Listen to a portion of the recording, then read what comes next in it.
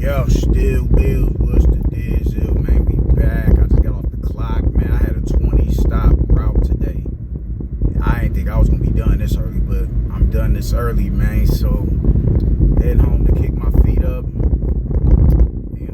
do what I do. But peep game, I want to get into some shit, man. And that's this Jayo Petaia, man. Allegedly he's locked down a fight with Noel Mikaelian, and the IBF is going to look to give him his belt back.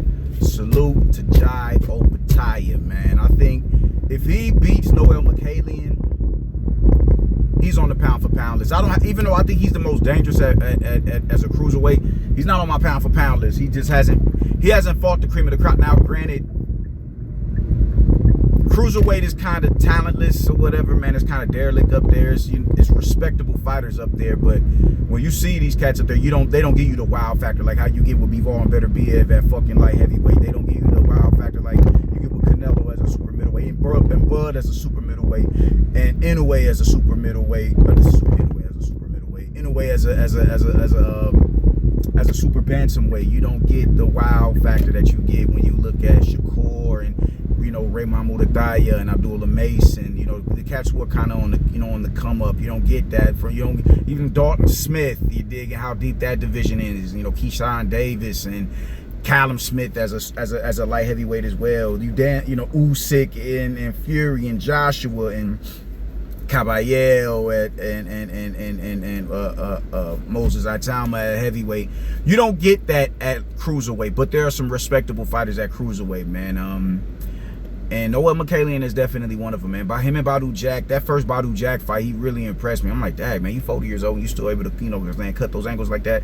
Real good work, man. So, you got Badou Jack. And I'm not even going to lie, man, for Fidel Riley to do that to Masternak, that impressed me, man. I was like, man, maybe I need to I made a video about it, man. Maybe I need to rethink my stance on Vidal Riley. And I have since then. You dig? You got. It's looking like, but the only factors up there right now is David and Jayo Petaia. There's good fighters at cruiserweight, but it's none like whoa. You know what I'm saying? Chris Billam-Smith isn't a whoa type of fighter, but he's definitely like, all right, that's a respectable fighter. I was never like whoa with Zurdo, but I was like, Zurdo is nice. Zurdo is dead nice. So. And he's still up there, and I still wouldn't mind him fighting Jayo Petaia if he comes back. I wouldn't mind it. That's a reputable name to have on a resume. That's a reputable name to have on a resume. Chris Billam-Smith versus Jayo Petaia. I wouldn't mind. Chris Billam-Smith is, like I said, he's a good fighter. Not Richard Priakpor, but Ryan Rositsky. You dig? These dudes are just these are brawling. These are diet heavyweights. That more than likely will fuck around and end up at heavyweight by the time their career comes to an end. These are diet heavyweights. These are not little dudes. Even Fidel Riley, man, that is not he's when you fight at cruiserweight, you're a 200-pound man. When you a 200-pound man going across the chin of any living human being is going to be a problem. It's going to be a problem. That's not a feather fisted. That's 200 pounds of pressure coming behind you with this shit right here. That's a factor right there, man. So I say all that to say it's not a talent-rich division. It's not a talent-rich division, and Jayo Petaia beating Mairis Briedis is even though that's him beating Mairis Briedis, he's allegedly one of the greatest cruiserweights who ever laced him up. He is still not enough. Despite him winning, he's a two-time champion. Despite him becoming a two-time champion in that division, both against Mairis Briedis, outside of Briedis, he hasn't had the looks that will make him deserving of the pound for pound list thrown his way. They've ducked him. Chris Billam-Smith, Richard Riakporhe before he jumped up, Masternak, they all found a way to step around this dude. So if he beats Noel Mikaelian, he's on the pound for pound list, because now you're unified. You're a unified champion, and that will be two champions under your belt. And I think when you talk about pound for pound, it has to be looked at in just all angles have to be covered. And when it comes to putting somebody on the pound for pound list. Nah, I'll call you back, Mumi. I already got my question answered, but Jaron Ennis is a unified world champion, and he was lineal. as a welterweight. Was that enough to get him on my pound for pound list? No. Why wasn't it? Because you know, one belt you got airlifted to, the other belt you took off standing honest, and a dude who was practically inactive, and he was never a threat. He was never a threat like that, and he got his belt circumstantial. You dig? Just like you got your belt circumstantial with Bud moving up. So nah, that's not worthy of being on the pound for pound list. If Jai Opetaia goes in there and does what everybody feels like he's going to do to Noel Mikaelian, oh yeah, you on the pound for pound list. Why? Because you just beat another champion who took a belt off of a champion. And he's a thorough cruiserweight. He's a thorough cruiserweight. He's a good cruiserweight.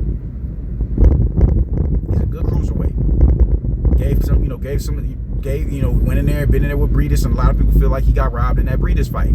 That right there is indicative of somebody, you're worthy of being on the pound for pound list. And on top of that, you have to take into consideration, outside of the fact that if he goes in here and he outlines this dude in chalk, you got to take other, everything else into consideration, like people going out of their way to get around this dude. I think that matters as well. That matters. You have to take that. I don't see how you can't take that into consideration. If somebody is intentionally going out of their way not to fight this motherfucker, how can't you take that into consideration? I think that shit is grimy, you dig? So if a motherfucker make it their business to not fight you, that has to be considered. You cover all the bases. You watch the interviews, you watch the the narratives that they put out. You look at, all right, man, could they have taken that fight right now? And if they hadn't taken that fight, or if they, who are they fighting? If there's no barriers and obstacles stopping you, preventing you from fighting this nigga, how come you ain't fighting him? And they still create barriers and obstacles for you to go to put in between you and them fighting. That should be taken into the pound for pound consideration. That's just me personally, man, because in those situations, people get denied accolades that prevent them from getting put on the pound for pound list, that prevent them from getting put in the Hall of Fame. That's some shit that should be taken into consideration. Zerto moving around Jai and acting, when you just listen to their interviews, and you can just see in their mannerisms, you can see how they answer questions, and as it pertains to a fighter like this, you can just see how they move. You can see they're picking around this individual right here. That should be taken into consideration. Zerto acting like you don't know who he is. I bet. Yep. Okay. We know what that means. That means you don't want no drama. You don't want no drama. We're gonna take that into consideration. If he does, I'm not saying do the bare minimum, but if you beat another champion in your division, you become unified. That is enough to put you on the pound for pound list. That is enough to put you on the pound for pound list. So as of now, Jai Opetaia is not on my pound for pound list because he just unfortunately doesn't have the accolades to be there. But it's a reason for that as well. So you beat Noel Mikaelian, you welcome to the pound for pound list. Welcome to the pound for pound list. I think you could be in the 10th spot. I think you could be in the 10th spot. So yeah, man, I'm happy to hear that. I'm happy, and this once again dispels all the rumors of the Benavidez team talking about he's on Zuffa. I'm not fighting for a Zuffa belt.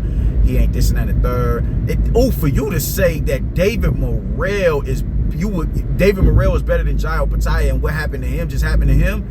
We need to take them. This is another example of why people just do not need cameras in their face. Y'all put this dude on such a high pedestal. Jai Opetaia, despite the fact that he hasn't been in there with the premier names in the division, it's a reason for that. David Morrell has been in there with one premier name in David Benavidez, and we saw what happened to him. And then for you to go in there and get crashed the way that you did, knocked out, and you don't feel like you owe the public an apology for mentioning that man's name with Jai Opetaia. You don't feel like you owe the public an apology for that. You don't feel like you owe, like, damn, man, I really said that stupid shit. All right, cool. Yeah, my bad on that. David Morrell better than Jai Opetaia.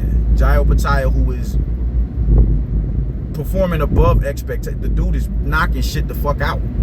Y'all can't take that one fight with Glanton when the dude just wasn't going nowhere. You just wasn't gonna knock him the fuck out. It's just what it was, man. That's just what it is. So get the fuck out of here with that bullshit, man. Get the fuck out of here. David Morrell better than Jai Opetaia. That shit is laughable, man. That shit is like, you niggas is clowns. Payasos, man. Fuck out of here. Homie, crusty, whatever clown you can think of. That's what the fuck y'all are. Fuck out of here, man. That shit is wild to me.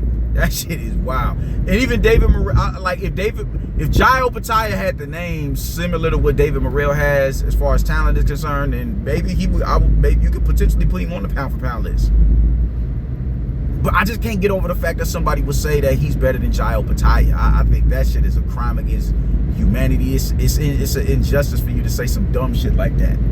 Because what would make you think that this dude is better than Jai Opetaia when he ain't did shit? He's never even fought for a belt. Jai's fought for a belt twice, and now he's finna fight for a belt for his third time, and potentially in August to be unified. But he's better than Jai. Just stupid, man. Anything to create barriers between his son getting in there and lining it up with Jai. That is why shit like this needs to be taken into consideration when you're talking about the pound for pound list. Look at all the angles. It should be more than just accolades, man. Narratives have to get brought into the equation as well. Narratives. Jai not being better than David Morrell, that's a narrative. David Benavidez knocking him out in 2 rounds, that is a narrative. So there's no reason to fight him. Okay, cool. That's a narrative. Zurdo, you don't know who he is. I bet that's a narrative. Chris Billam-Smith and Zurdo choosing to fight each other. Neither one of them looking in the direction of Jai. That is a narrative. Richard Riakporhe, that is a narrative. Masternak, that is a narrative. Start considering all angles. Look at everything that's happening that's preventing this dude from fighting the fights that will put him on the pound for pound list. And you take that into consideration and all of that, and you make a determination of whether or not that man is worthy of the pound for pound list. That is how you should. I see nothing wrong with ranking fighters like that.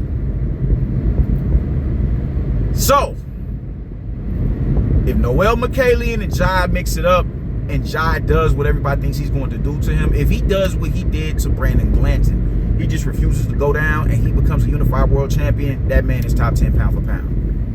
That man is top 10 pound for pound, and it's not even close. It's not even close. It's not up for debate. If everything works in that man's direction, he's going to be undisputed for fucking in the cruiserweight division, and there's no reason to jump up to heavyweight.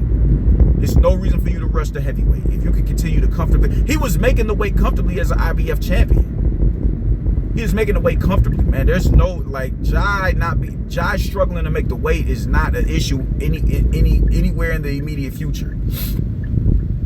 Jai Opetaia can make a cruiserweight, continue to make cruiserweight, and run that division for as long as he wants to.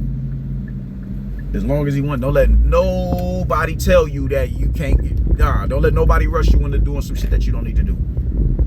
A lot of them light heavyweights are going to be jumping up to cruiserweight very soon. Bivol is going to be jumping up very soon. We'd be lucky. I wouldn't be surprised if Beterbiev jumps up, because everybody is talking about Beterbiev and how, his age and everything. The last time we saw Artur Beterbiev, he potentially beat Bivol. He fought that man to a split decision. Or was it a majority decision? I'm not sure. But he had a razor-thin loss to Dimitri Bivol.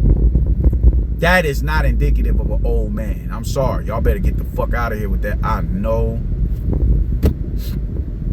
My wife just passed me to go pick up my son. But that is not indicative of somebody who's, past it. If you're still performing at and competing at that level. So, I mean, and shit, it don't just stop there. Callum Smith isn't jumping up. I think Callum Smith can compete as a cruiserweight, though. I think he could. I don't think he will, but I think he can.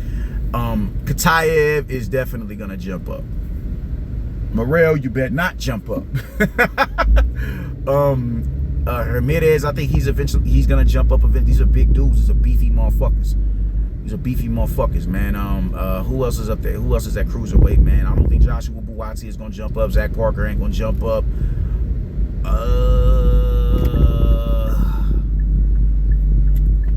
I can see Ben Whitaker jumping up.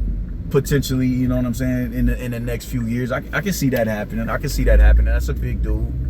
I can see that happening. But what I'm saying is, there's no reason for Jai Opetaia to rush to jump, you know, to ascend to the heavyweight division. When he can run that, he can stay there and run that division for some years without any problem. There's no reason for you to rush to heavyweight. Who are all these white folks?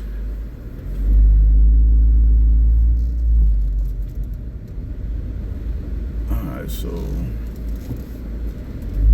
but yeah, man, shout out to fucking Jai Opetaia. Shout out to Noel McCallion. I love it. Get that man his belt back. Let them fight for, you know, an undisputed, but you know, for in a unification match.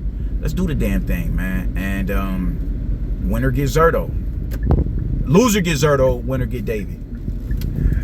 That's all I gotta say about it, man. I will tap back in with y'all later when I have something else to talk about. Y'all stay righteous, yo. Deuces.